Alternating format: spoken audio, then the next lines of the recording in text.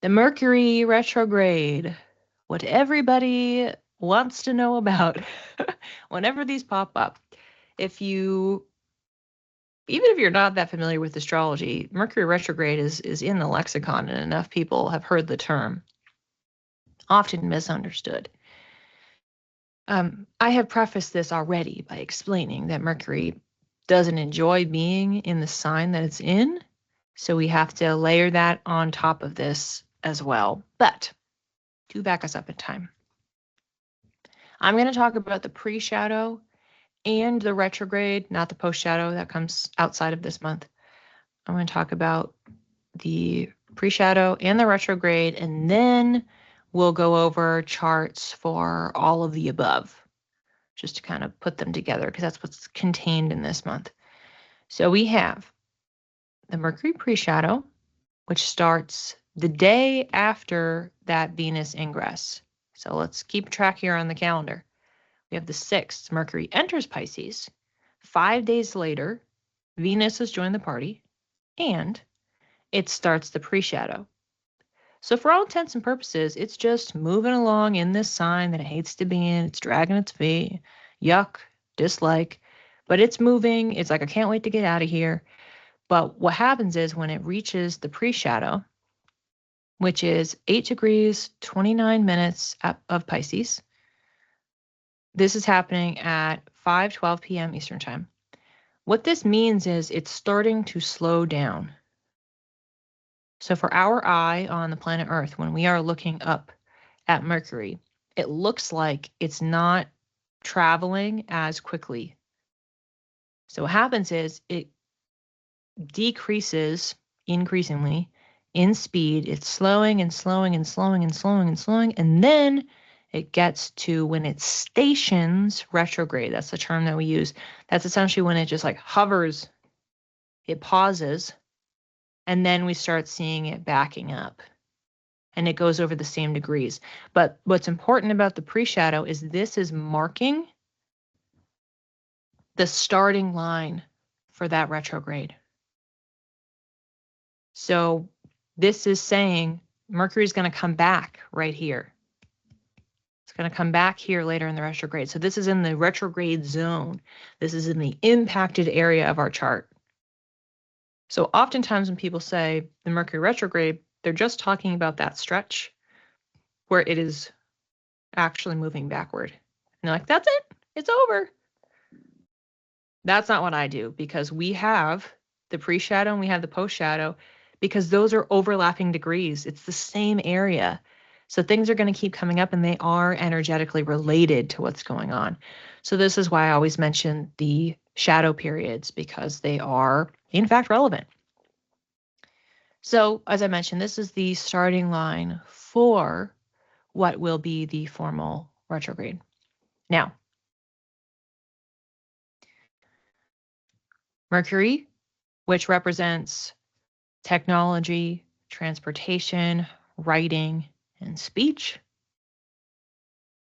When it is retrograde periods are a time for us to review, rework, revise. Think about the language I am choosing here, because Mercury is related to those topics. So, okay, we're going to go look back. We're going to think back. We're going to reflect. If we've written something, we're going to make edits to it. That is the energy of a Mercury retrograde. Because it is linked to technology, transportation as well, what's super common for Mercury retrogrades is that there's tech issues.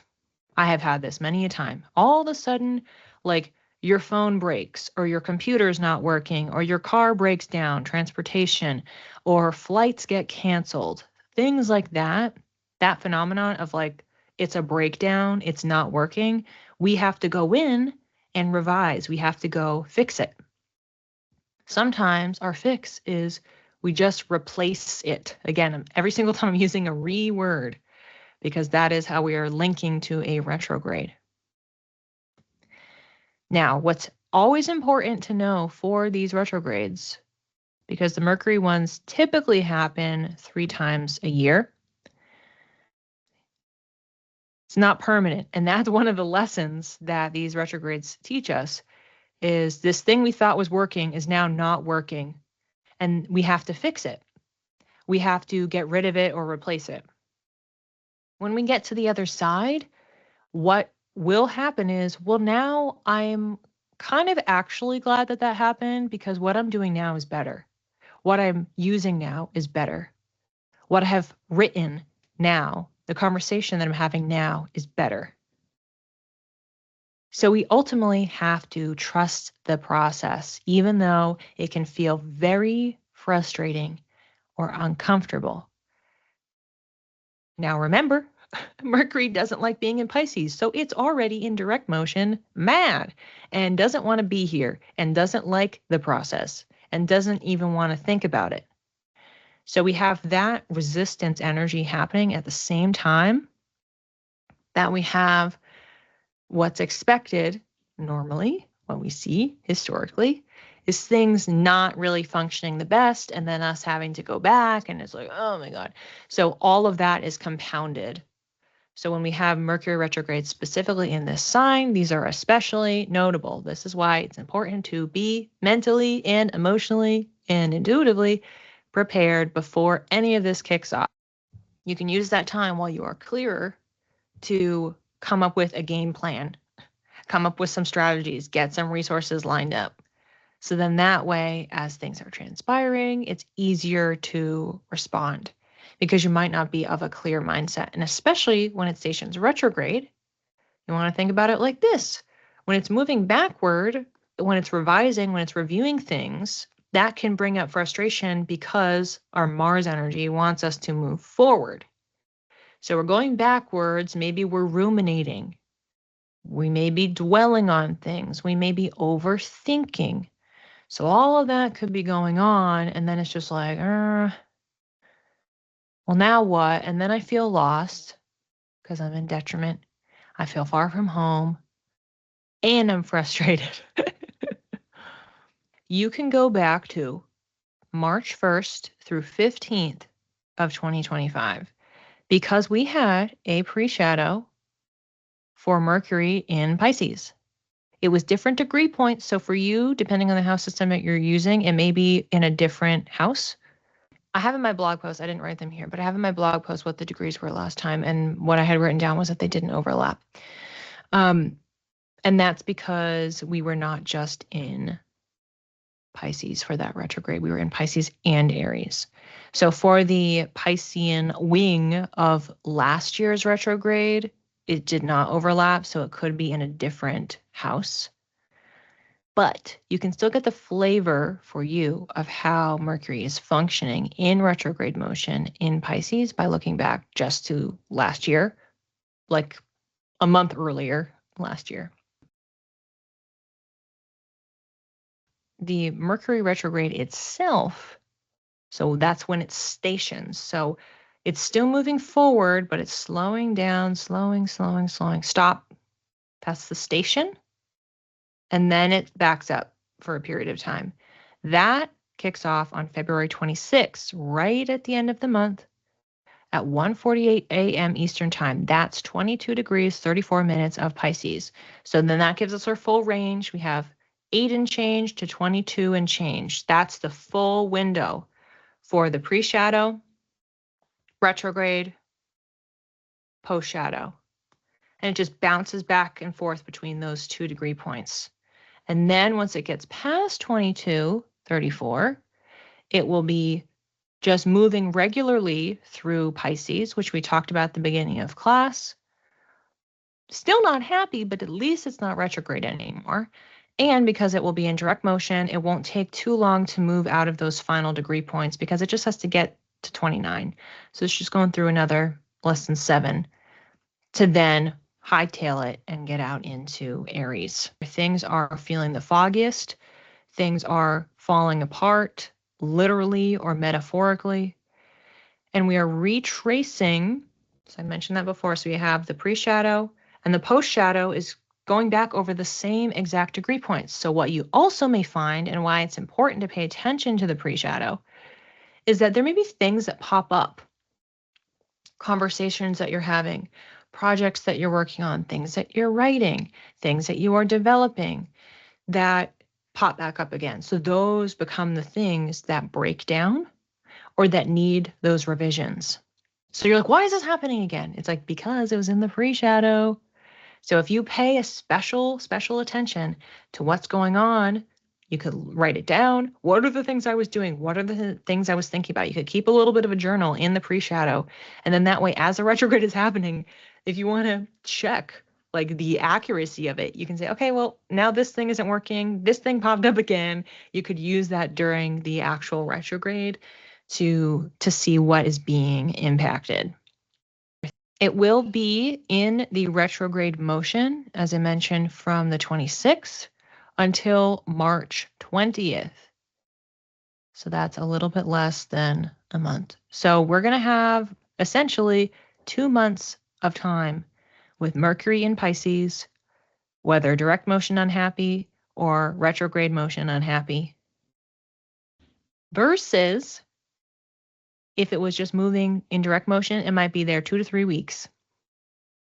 And what that means, because we know we also have Venus moving through this same area of our chart in an overlapping timeline, not a one-to-one, but overlapping, this area is important. So whichever house you have or houses you have, our attention, literally Mercury, our attention is going here.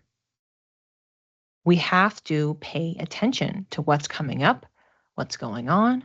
And then fortunately, we have Venus there, happy, that is supporting us to make us not like teeter, like, and just fall over into collapse out of frustration.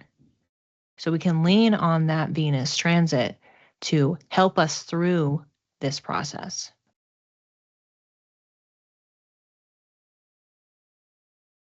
I'm happy I've got something to blame now when my car breaks down and my computer freezes. I've always thought I was, well, this is a great point that you bring up, Mitch, that if we are tracking the patterns, aka the archetypes, what is happening astrologically, energetically, we may find, because these are patterns, that we have a version of the same pattern mapping on, which is why if you have a tracker or a calendar or doing anything to make note of what is going on, even at the minimum, just coming to these classes or using my 2026 calendar just to check in, okay, what's happening? Same as we do for the collective readings. Like when I do my week ahead readings, that's why I record it. Like I'm doing the reading or I'm in class with everybody doing it, but then I always check on it later when it's in progress or when it's done. So then I can reflect, because then it will actually make sense in hindsight. So you may find if you look back when you've had tech issues or you had your car breaking down, wouldn't that be interesting if you found that they were most of the time or 100% of the time during a transit like this? That being said, there are other situations where we could have some of those issues, and it could just be activating something within your chart. It could be an aspect. So it doesn't necessarily mean that it's about a retrograde. It could be that there's a placement moving through there, a transit, or it could mean that we have maybe a square or an opposition happening that is creating tension or a challenge energy that is impacting our communication and our technology. So you'd probably want to be looking at like what's happening to your third house for both of those. Yeah, so Whitney, if you were looking to figure out when all that is happening, you could use a transit chart. Based on what we were talking about here, the Venus transit will move over those in the week lead up. So between Friday and the day that the pre-shadow starts, Mercury will also move over your sun and moon. But then the retrograde will start and it won't run over it a bunch of times. So you're just going to get one hit. So when Mercury is moving over your sun, then it's going to be like your ego is activated. So maybe you're like more defensive or sharper in your speech. And then when Mercury is going over your moon, it could be thinking about what's going on with your emotions, thinking about your intuition, or wanting to express or speak those things out loud or write them down or share them. like using Mercury to support processing your emotions.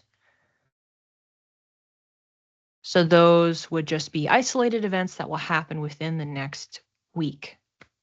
Now, from us recording this, it will happen in the next week.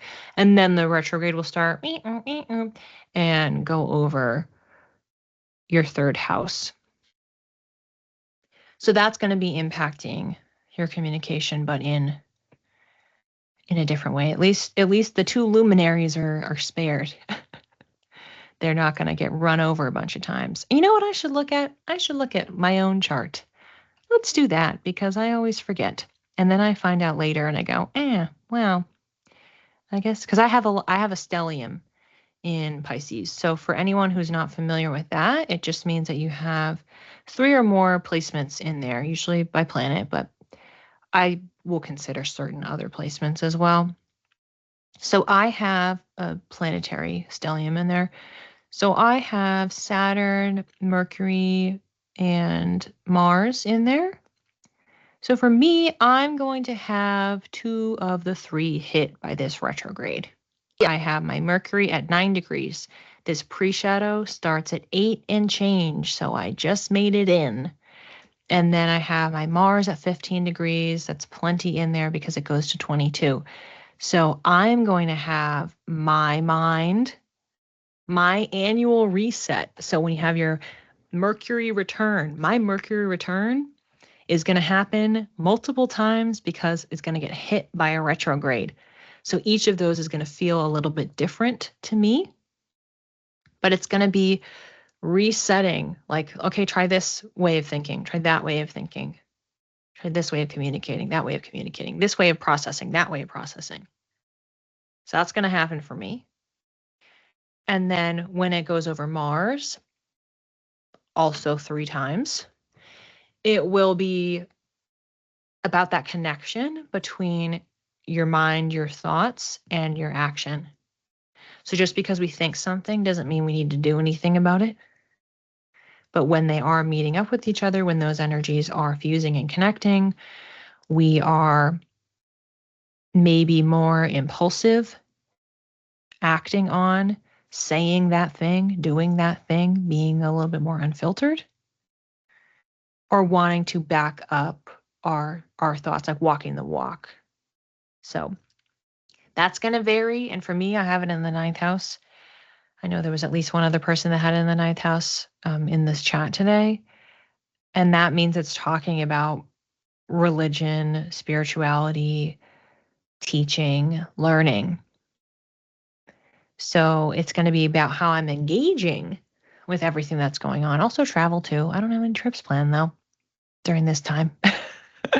So if we take that out, if I'm not going anywhere, because I'm not, then it's most likely going to be focused on me learning. And I could be learning about other cultures, which is on the agenda. I will be doing that during this period of time, quite literally. So funny, actually, thinking about that. Oh, and you know what's also perfect? We do have the Olympics. So let's say, no, that's just in the February part here, but that is in the pre-shadow.